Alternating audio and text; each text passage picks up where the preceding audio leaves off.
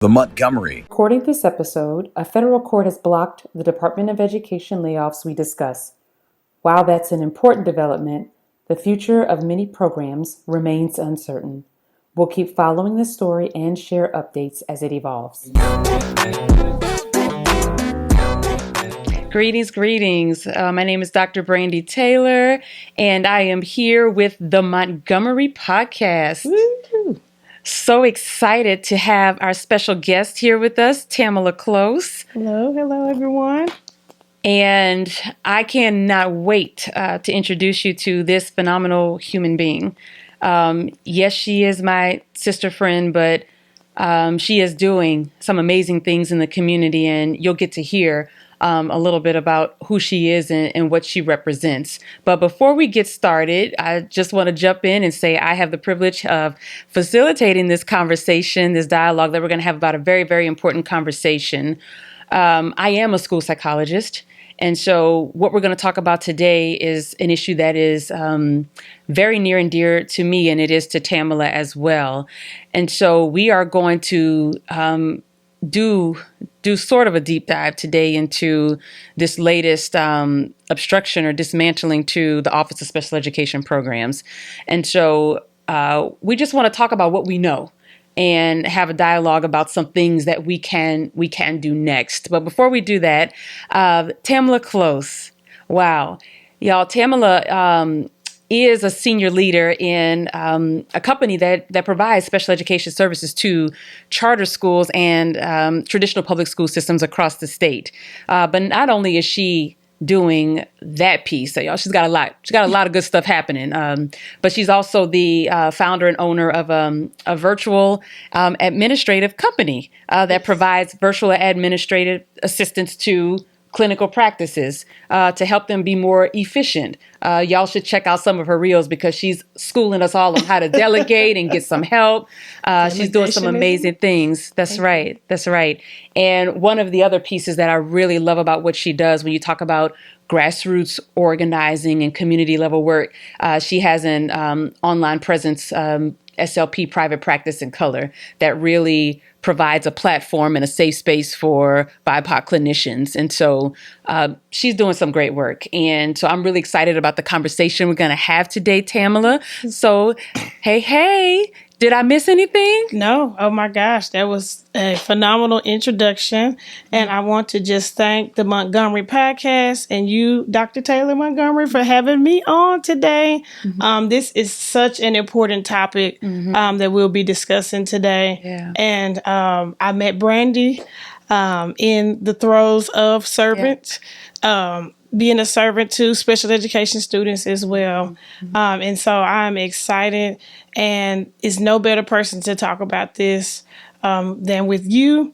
As I know you are on the front line serving families and babies every day. Yeah, we both are.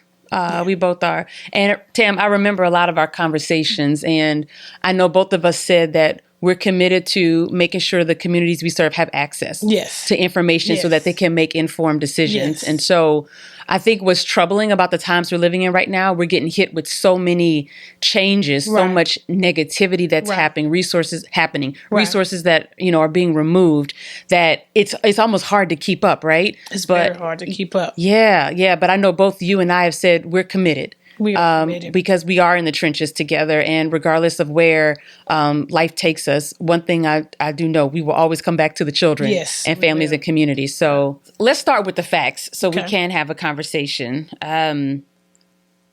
What happened? What the heck is going on? Let's do some education. So just last week, right? The Trump administration issued a RIF, or a reduction in force, at the U.S. Department of Ed.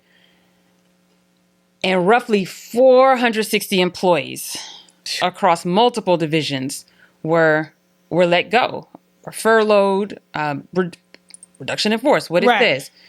And so the Office of Special Education Programs, which for those of us who work in schools, we know that they're the office that monitors IDEA, right? Oversight. They oversight of that, correct? Yep. They were hit the hardest. Yep. And 95%? 95%. That's right. And as I understand it, there's only like 2 folks left on that team, and you've heard 5 to 10. 5 to 10, no more, no more than 10. Right, but either way, it's not good. Right. Because we have 7.5 million young people across America. 50 states. Let's do the math. Yeah. And right here in Texas, out of that 7.5 million is 775,000 students with disabilities. So that's significant. Right. Of students who are served somehow through that office. Right. The programs that serve them are monitored by that office. So think about that, y'all. 2 or 5 to 10, we don't know, right? But either way, 95% gone. Are monitoring very critical programs. Yes. So what do you think about that? Like, this is wild. I mean, we've talked a lot, Brandy. I hate to say we are not surprised at what's happening, right? All of this was listed in Project 2025. Yep. Right. This was one of the action items that the Trump administration cited as things that they would move forward with if he was elected and placed into office. So he's doing, and his administration is doing exactly what they said that they would do. Now, you and I have been talking since this summer, right? About, okay, is it going to happen? But if it does happen, what will we do? So now that we see this unfolding, and 95%. I think we heard a statistic last week that a majority of the percentage of a lot of the young people in the United States are in Texas. Did I remember hearing a quote similar? You might have. But I know that it's 775,000. Right. Out of that 7.5 million. So yeah, that's significant. Significant. When you think about this 50 states, right? Right. Yeah. And as with us being in Texas, that's a red state, right? Yeah. And we do, unfortunately, have a lot of politicians who have voted or acted against the best interests of this vulnerable population. Right. We can only imagine without any oversight, right? Because that's what the federal government does. It steps in when the states fail to enact to distribute funds, enact laws and policies that have been implemented to protect these vulnerable students and this vulnerable population and these families. Now, the very people that we're monitoring to make sure and to ensure that we did the right thing are gone. Exactly. So we're living in a it's like the Wild Wild West right now. Right. It's like, this has happened, what next? Because like you said, this past summer we thought, okay. We know they said it. Really? Right. Like, is this in several circles that I was sitting in with other professionals, we really believe that there were enough guardrails to prevent this from happening. But as we can see, the guardrails were not strong enough. They were not there. And so we're here now. Right. And we will have to deal with it. And so this is one of those times, like, real talk, y'all. Yeah. Podcasts, they're not, kind of my thing, right? Right. But I'm seeing now in this season, we have to have a platform to be able to to talk about these issues so that we can organize as a community of not only professionals but families to help protect, like you said, the most vulnerable, our young people. So what I'm seeing out there right now in the social media world, people are concerned. School personnel, people who are like us, school psychologists, speech and language pathologists. They're like, what next? Will we have a job so that we can provide these critical services to students? And we don't have those answers today, right? But as we're getting information, we're committed to keeping those who care to listen in to keep you informed on things and what you can do next. But I know right now there are letters, call to actions that are circulating so that you can lend your voice to what is happening. Right. I think the most important thing that we have to remember is the power of social media. Yeah. Right? And that's one thing that you and I talk about frequently. Like, when it comes to advocacy, especially, if we think even 5 years ago, right? Yeah. when there was a shutdown. You know, due to COVID-19, everybody was at their home. Right. And then we had a movement with the death of George Floyd. Yeah. And then Breonna Taylor. Yeah. And so at that time, we used our voices. I think this was the first time that social media really was the platform for that advocacy. Yeah. And we saw then, right? What everybody uniting together first, naming what the problem was, right? Right. And that's just bringing that awareness to where we were historically, right? And where we were presently. Yeah. And then having people advocate for change. And I just remember being so inspired, even in our own professional organization, just organizing a town hall, right? Yeah. With where are we? What do we do? And I just remember 30,000 SLPs attending. Wow. And yeah, it was crazy. That's amazing. It was amazing. And people really wanted to know what's going on and what can I do? Yeah. So I am hopeful. Yeah. Right. In 2025, now we have another charge. Right. And the charge is to protect this vulnerable population, right? Yeah. Our students that receive special education services and their families, right? And how do we do that? Through services, but everything has to be funded, right? Yeah. And so I believe that social media and the impact of us getting that voice out and then informing people of how to advocate is going to be what does a stop to whatever the plan is for dismantling these services for these babies. Yeah, yeah. And we're going to feel the impact for a little bit. Right. We are. Because it's happening real time. But if you are one of the folks who've been sitting on the sidelines wondering, should I get involved? When am I going to get involved, if at all? Right. Now is the time. Now is the time. Right. And so if you are connected to a professional organization, for me, it's the National Association of School Psychologists. We just put out a call to action. Right. That's on our website. You can go there now and send a letter, and please personalize it because our representatives need to hear from us. But we have a good solid template there for you to use. Yes. So personalize it, though. Make it real because this affects, the work that you do.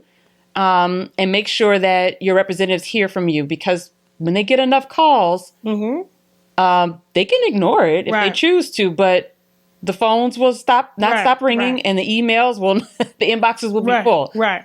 So you have to get off the sidelines. Right. When their constituents, we start making noise and they see, okay, I know sometimes it appears, do they care? They do. Yeah. They do care about, how people feel about these things. And we must, some do. We'll make them care. Yeah, that's what I was going to say. Yeah. We will make them You have to pay attention. You have to pay attention. But as you say, my professional organization is the American Speech and Hearing Association, better known as ASHA. Right. And they have also been advocating for policies that, of course, impact students that receive speech language intervention, audiological. So anything with these professional organizations, us as clinicians that do have a direct impact through these interventions and assessments with these babies, we do need to find out, rally behind our professional organizations with our professional organizations, and then also outside of our professional organizations as well, and really, really let them know we are not happy, we are watching, and we will put these children first. Yeah. So, Tam, this is something I do want to uplift again to make sure that this is clear. And really, I think this will impact parents most, right? Who have young people with special needs, right? Yes. Because of the inability, I mean, it's virtually impossible, y'all, for a handful of folks to oversee all of the compliance violations, and it's going to be difficult. So parents will have to be involved. If you're not engaged in your kiddo's educational experience, get involved. Right. Right. Read those R documents. Right. Review that IEP plan. Right. So that you understand and know what's happening, because there may not be recourse, right? If something goes Right. awry, who are we right. submitting it to at this Right. point, right? If well, there's a process, right? Even There's a here locally, process, but still, for major violations attached to those federal dollars, Right. it will be very difficult to oversee any violations and address them. Yeah, I mean, and again, I'm in Texas. Texas is a red state. TEA, or Texas Education Agency, is the governing body here. And I do think historically they have definitely tried to make sure they audit child find, making sure children are identified, making sure that children do receive the funding, right? But they don't necessarily have how the funds are distributed, correct? But, at the end of the day, in order for children to receive these services, so whether they're psychological services, speech therapy, physical therapy, OT, to receive interventions within the classroom or, outside of the classroom, right? Right. There are bodies that have to perform these services. And so when we talk about funding, we talk about, will there be a reduction in funding? Will the funds be appropriately allocated, right? Right. And the scary part is if they are not, what can happen? Right. Okay. Right. A reduction in staffing, right? Yeah.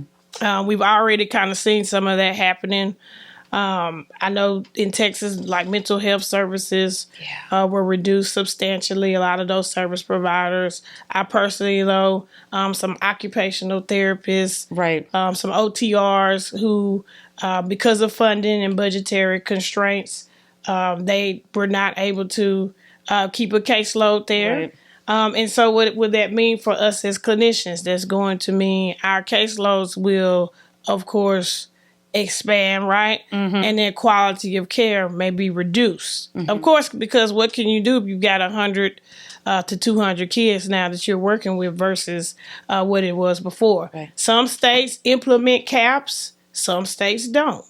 And so I think that's the fear again with the states, with it being at the state level. Will the states do the right thing? Will they implement these services to ensure that there's quality of care, ensure that there are adequate services happening, with making sure the staffing and the funds are there for services and interventions? Yeah. Let's stay there for a minute, Sam, when you talk about at the us relying on the state to do their part, right? Because this is the argument that I've heard from folks who agree with less government oversight, less government intervention from the federal level. They're like, oh, but the state. What is the, Right. When they're like, oh, well, the states can take care of it. Well, this I didn't know until recently. That, and this was reported by the Dallas Weekly, that there was a rollback in 2024 of $607 million in SHARS reimbursements. And we know how critical SHARS, yep. Yeah. And that's forced districts to have to scale back already on some of these services that you were talking about. So we had that impact. And now we have this impact, like a lack of oversight, right? Or not a lack of oversight. It's just we can't have the oversight because it's limited staffing to do it. And of course, people will say, well, in this 2025 legislative session, they infused like $8.5 billion, into education through House Bill 2. Right. But that was earmarked. Right. So that left very little room to address the population that needs it. Right. Likely the most, right? And so it's like all these compounding factors, right? All of these variables that are now going to impact this very essential program for our neurodiverse kiddos. Right. And so I'm having a hard time trusting that the state, right, is going to do its part. And I get it. I hear people saying, oh, it's such a small percentage of the state budget. Maybe. But with that funding came some very necessary oversight and supports and protections for vulnerable youth. Right. So here we are again. Like I said at the beginning, I feel like we're in the wild, wild west right now. Right. Like what next? And I don't want us to be guilty of fear mongering, right? Like, oh, I don't want to. But we have got to talk about the reality that we're sitting in right now. Right. And no, we may not see the effects right away, or maybe we will with this one. But it is coming, and so. I think it would behoove us in our various coalition spaces, in our grassroots organizing spaces, for us to begin to collaborate, across these different groups to figure out how do we come together to really, one, educate. We got to start there because people have to know what's happening, We have to raise awareness. We have to raise awareness, right? Yep. And then together create some solutions on how we're going to equip families so that they feel empowered to go to those board meetings, to go to, you know what I'm saying? All the places that hold some semblance of power. Right. But anyway, I'm going to pause. Say, sometimes I feel like America can be the biggest gaslighter ever known. So you tell us that you care about kids. Kids are at the heart of everything. And then we cut funding for babies to be fed. It does not add up. No. It doesn't add up. Why are we debating whether or not a student should receive a free lunch if they can't afford to eat? There you go. Why are we debating feeding children? And a lot of times we hear, no, that's not what the purpose of this is. It's not. It is. It is 100%, because I'm all about purpose and intent. Yeah. What is the intent, right, behind firing 95% of the people that are overseeing how federal funds are dispersed to special education students other than to remove the oversight so that you can do whatever you want to do with the funds or with the services. Right. Why else would you reduce that, right? Right. Something that is already a system that's already overhauled, right? Because a lot of us, again, work with districts, especially public districts, right? Yeah. We're already understaffed. Yeah. They're already underserved, right? Yeah. So what is the purpose and intent behind the reduction? Other than to take the funds or take the services and apply it somewhere else. Other than with those special education students that need it the most. Yeah. So I will not be gaslit.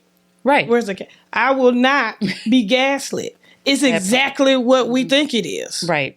It's nothing else. It's exactly what we think it is.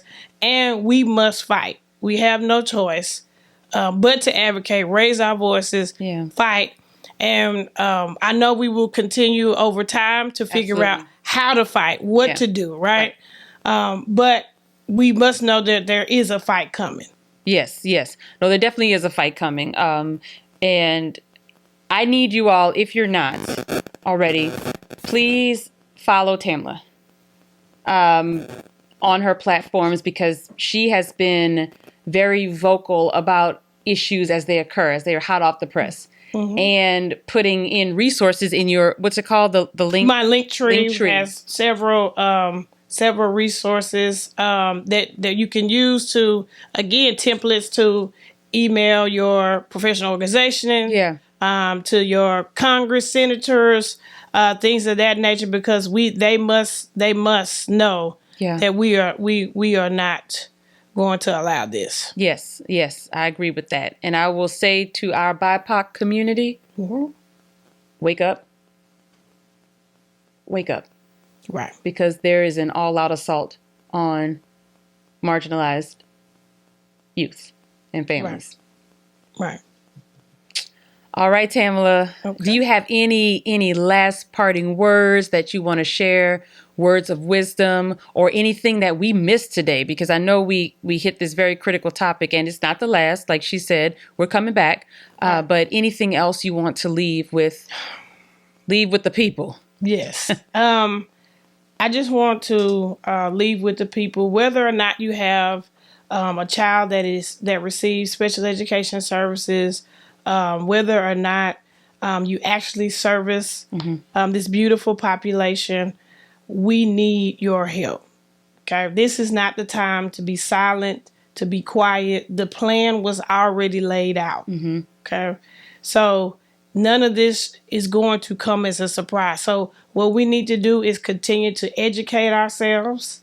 And what we need to do next is to stay 2 and 3 steps ahead of the plan. So we don't want to be in defense. We want to be in offense. So what we're going to start doing and researching now is what comes next. Okay. Nothing has happened, right? But what can we do to prevent what we know is coming? So I would just say, get ready for a fight. Get ready to advocate for one of the most vulnerable populations because they need us and we cannot stay silent. Awesome. Tam, we appreciate Thank you so much at for the your Montgomery. time. Yes. It's an honor to have you in this space. It's not the last. No, it's not the last. And so you please keep us posted Yes, we on will. updates, and we'll make sure to get you your page tagged in all the spaces it needs to be. I appreciate you. Please follow me. I will again be working with Dr. Taylor Montgomery to we're trying to stay in the front lines. And so anything that I find, we're out constantly researching, constantly trying to stay updated with what's going on. We will continue to inform, and we are going to start devising an actual action plan to what we can do again to get ahead of what's coming. Thank you to the Montgomery. Thank you for having me. Again, this is Dr. Brandy Taylor Montgomery. Thank you for tuning into the Montgomery Podcast. We will see you soon. The Montgomery